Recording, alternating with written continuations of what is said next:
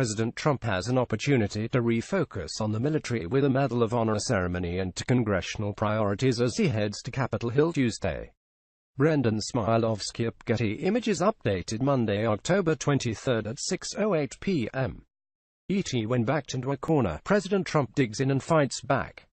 It's what he's done as president, it's what he did as a candidate, and it's what he did as a businessman. Just go listen to NPR's Embedded podcast and a recent episode about Trump's fight with Rancho Palos Verdes caliph over things as petty as a flagpole at his golf course, putting hedges in front of houses he thought were ugly, and the name of a road he wanted his name on it. He had been greeted as something of a conquering hero in the town. But the relationship soured after lawsuits and threats. So much so that the Republican town that voted for John McCain in 2008 and Mitt Romney in 2012 went for Hillary Clinton in 2016. I think the president has a bad habit when he's asked a question that he is uncomfortable with or can't quite come up with the right answer. He usually tries to reach out for scapegoats. Leon Panetta, former defense secretary under President Obama and chief of staff to Bill Clinton, told NPR's All Things Considered, and the first scapegoat this president seems to always turn to is President Obama. And when he talked about him not making calls, that was a terrible mistake. And what bothers me is that it detracts from the main focus here, and the main focus has to be on the brave and courageous individuals that are willing to go out there and fight and die for America and the families. There is some comfort here for all of this dispute, that maybe America again will take the time to remember that there are young men and women in uniform that are fighting and dying for this country. That's something sometimes we tend to forget. Part of the problem for Americans is the disconnect Panetta highlights between the military and the rest of society. In 1945, just before the end of World War II, there were 12 million active service members. Now, there are just over a million or so.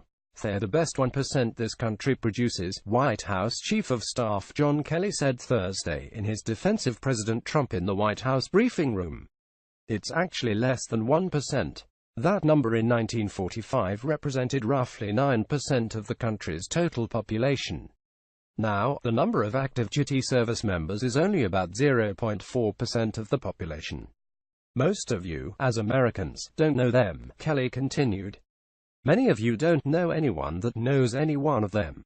Americans are far less engaged in the debate over worldwide American missions than they likely would be if they had a daughter, a son, a neighbor in the fight.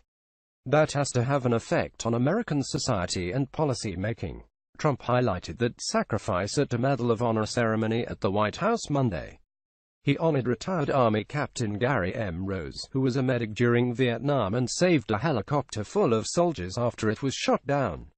But there are questions as to whether Trump can move on and keep his focus on where staff like Kelly would like it to be. Trump, for example, has shown no signs of wanting to move on from the fight with a Democratic Congresswoman. Rep. Frederica Wilson of Florida revealed details of a conversation Trump had with a widow of one of the soldiers killed in Niger. I hope the fake news media keeps talking about wacky Congresswoman Wilson in that she, as a representative, is killing the Democrat Party. Donald J. Trump at Real Donald Trump October 21, 2017. And Trump's Twitter fingers were tested again Monday morning after Michelle Johnson, the widow of Army Sergeant La David Johnson, who was one of the 4 killed in Niger, spoke out.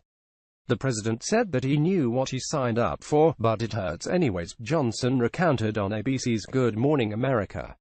It made me cry, because I was very angry at the tone of his voice and couldn't remember my husband's name. Trump then said he had her husband's name on a report in front of him, Johnson said, describing Trump as stumbling on my husband's name. That's what hurt me most. He's out there fighting for our country, why can't you remember his name? He was an awesome soldier. She described herself as very, very upset and hurt. It made me cry even worse.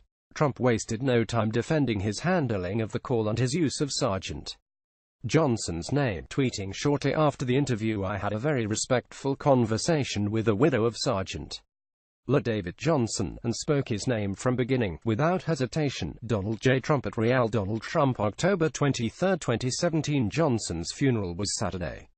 The interview and Trump's response threatened to extend the controversy, which has been uncomfortable to see laid bare, for another week.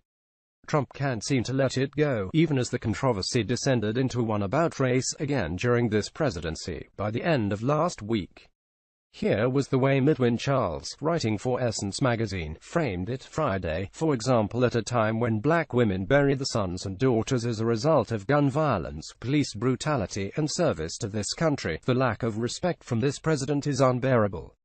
Worse, he sets a dangerous precedent on how black women should be perceived and treated in America. Trump has the opportunity to refocus this week, as Panetta suggests is necessary, on other subjects important to him and the country, like the budget and a tax overhaul, with a trip to Capitol Hill the president has set for Tuesday. There's also the opioid epidemic. HES said he'll formally designate it a national emergency this week, although much remains unclear about the details of what that will mean.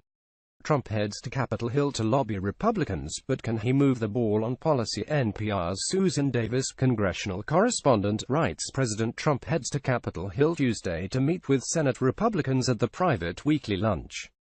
It is the first time Trump will attend the weekly lunch as president.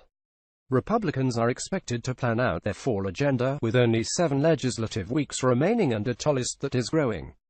Republicans are sensitive to the fact that they haven't delivered much in the way of legislative victories in the first year of full GOP control of Washington. While the president has foisted onto lawmakers a number of unanticipated items, like immigration legislation affecting so-called dreamers and tougher sanctions on Iran, there is nothing more important to the GOP agenda than passing tax legislation before the end of the year. Republicans largely believe that enacting sweeping tax cuts for American businesses and families will inoculate the party from a feared backlash in the 2018 midterm elections over the party's failures to make good on its promise to dismantle the Affordable Care Act. The president's efforts to address the opioid crisis have come up short so far. Is anything substantively different with his declaration of a national emergency? NPR's Tamara Keith, White House correspondent, who has covered the opioid crisis extensively, notes President Trump says this week he will declare the opioid epidemic a national emergency. If he actually does it, Trump will be following through on a pledge he made more than 2 months ago. On August 10, the president said, "This is a national emergency, and we're drawing documents now."